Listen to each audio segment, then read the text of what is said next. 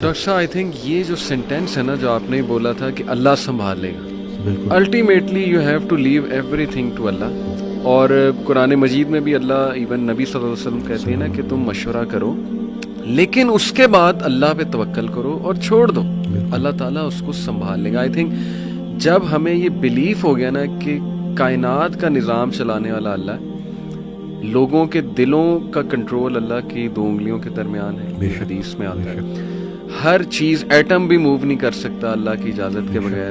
اللہ الوکیل ہے جس کا مطلب ہے ڈسپوزر آف افیئرز، تمام افیئرز اللہ نے ڈسپوز آف کرنے ہیں. جو آپ کی زندگی میں ہو رہا ہے یہ آپ توکل رکھیں، یقین رکھیں کہ وہ اللہ کی اجازت سے ہو رہا ہے، اس کا ایک مقصد ہے. بس آپ نے یہ تلاش کرنا ہے بجائے کہ اس غم کو اپنے سر پہ چڑھانے کے.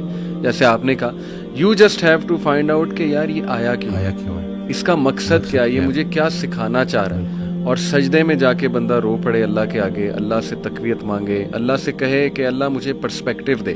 بلکہ میں ایک کوٹ پڑھ رہا تھا، ایون دو ہی از اے نان مسلم رائٹر ہے بہت بڑا، میرے ذہن سے ابھی خیر نام نکل گیا، انہوں نے بڑی کمال کی بات کی.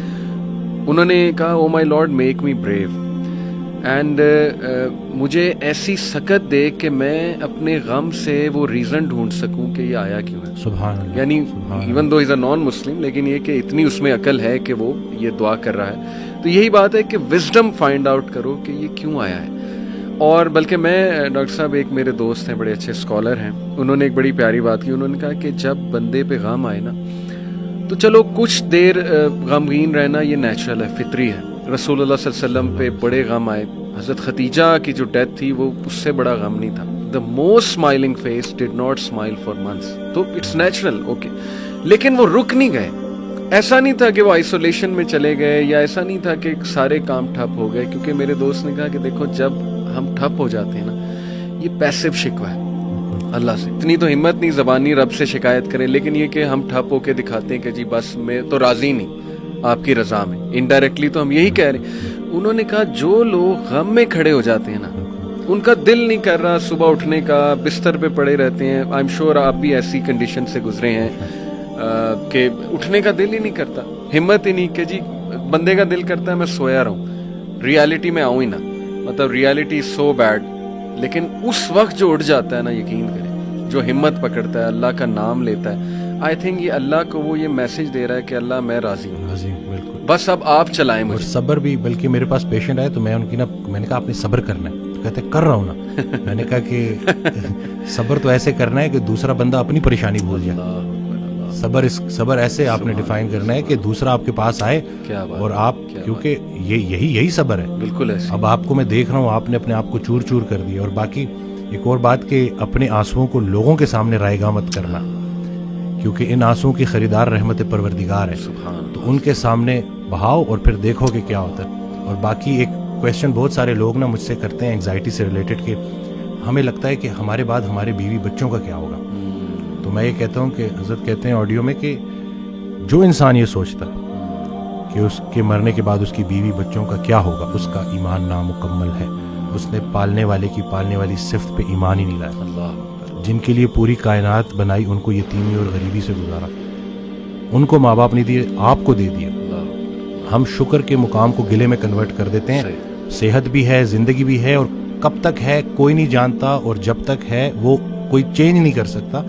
تو پھر ابھی کیوں پریشانی لیتے ہیں؟ کیا ان بچوں کو ہم پال رہے ہیں؟ صحیح بات. کیا ہم خود کو پال رہے ہیں؟ کیا ہم اس قابل ہیں؟ بے شک. قد پہ حد کا پہرا، صحت پہ بیماری کا پہرا، اور اتنے پہروں میں پیدا کیا ہوا انسان چاہتا کیا ہے؟ آزادی. تو یہ کر کے دیکھ لیں. صحیح بات. ڈاکٹر صاحب جسٹ ٹو وائنڈ اپ، کیونکہ ہمارا یوتھ کے ریلیٹڈ کام ہے، تو آپ نے کل میری آپ سے بات ہو رہی تھی، آپ نے ایک بڑی آئی اوپننگ بات کی. آپ نے کہا کہ ہم نہ ہی مینٹلی، نہ ہی فزیکلی، نہ ہی اسپرچولی اپنی یوتھ پہ کام کر رہے ہیں، اور ہم ایک بہت کمزور جنریشن چھوڑ کر جا رہے ہیں. تو what is your message for the youth in particular? کیونکہ مینٹلی بھی، ایموشنلی بھی، فزیکلی بھی آپ کی بات ٹھیک ہے، ہم ایک کوئی طاقتور جنریشن نہیں چھوڑ کے جا رہے. دیکھیں اصل میں بہت چیلنجنگ ہے، لیکن ان بچوں کو یہ سمجھنا ہوگا کہ ابھی چونکہ عمر ایسی ہوتی ہے. اس دن بھی ایک کوئی ہارٹ بریک ہو گیا تھا تو پراپر نہ صحیح ڈپریشن میں، تو میں نے اس کو کہا کہ ہر اس انسان کا شکریہ جس نے میری آنکھوں کو آنسو دیے, یہ آنسو مجھے اللہ کے پاس لے گئے. اس انسان کا سب سے بڑا تحفہ یہ جدائی ہے جو تجھے اللہ کے پاس لے کے جائے گی. لوگ کیا کرتے ہیں, یہ جو غیر اسلامی تعلقات, اسی طرح سے غیر شرعی چیزیں, یقین جانیں آپ جتنی مرضی دیکھ لیں سکون نہیں ملے گا آپ کو. اور یہی جو آپ کی گروئنگ ایج ہے نا, اس میں آپ کے ہارمونز بھی آن پوائنٹ بہترین ہیں. اسی عمر میں آپ نے سپورٹس میں انڈلج ہونا ہے, آپ نے پراپر طریقے سے ڈائٹ کا خیال رکھنا ہے, اور سب سے بڑھ کر یہی لرننگ ایج ہے, اس میں آپ نے سیکھنا ہے. اور جیسے جیسے آپ ایک قدم بڑھائیں گے اللہ کئی گنا زیادہ آپ کے قریب آتا جائے گا. اور یہ ٹرائیڈ اینڈ ٹیسٹڈ چیزیں, مجھے یہ بچپن میں سکھایا گیا تھا کہ صرف شہرت, دولت اور یہی چیزیں ہوں گی تو بس یہی سب کچھ ہے, کیونکہ ہم ادھر ادھر یہی دیکھ رہے ہیں. لیکن سب کچھ ہوتے ہوئے بھی انتہائی بڑا خلا تھا جو پورا نہیں ہو رہا تھا. تو ہم تو چلیں, وہ کہتے ہیں اگر سیدھی طریقے سے اللہ کے راستے پہ نہیں آتے تو اللہ گھما کے لے کے آئے گا. تو ہمیں تو بہت سی چیزوں سے آپ نہیں گزریں گے انشاءاللہ ان چیزوں سے. آپ کے پاس یوٹیوب پہ کانٹینٹ موجود ہے جو خالصتاً اللہ کی رضا کے لیے لوگ بنا رہے ہیں. ہمارا جو وقت تھا, دور تھا, اس میں ٹھیک ہے ہمیں شاید اس طرح سے توجہ نہیں دی گئی, لیکن اب آپ کے پاس آپشنز ہیں اور آپ پراپر طریقے سے جو صحیح, دیکھیں دنیا چلی گئی تو چلی گئی, دین چلا گیا تو پیچھے کیا رہ گیا. تو میں کہتا ہوں کہ دنیاوی تعلیم میں جتنا عبور حاصل کر سکتے ہیں کریں, لیکن اللہ کو بیچ میں رکھنا ہے. صحیح بات. اور دوسرا یہ کہ فائدہ بخش ہونا ہے لوگوں کے لیے, کہ آپ کی ذات سے لوگوں کو نفع ہو. صحیح بات. تو یہ انشاءاللہ اگلی جب جنریشن ہمیں ریپلیس کرے گی تو وہ ہم کوشش کریں گے جی انشاءاللہ. اللہ کے قریب ہونے سے آپ کو مینٹل اسٹرینتھ ملے گی, پرسپیکٹیو ملے گی. جتنے بھی عظیم کام ہیں وہ غیر عظیم زمانوں میں ہی ہوئے ہیں.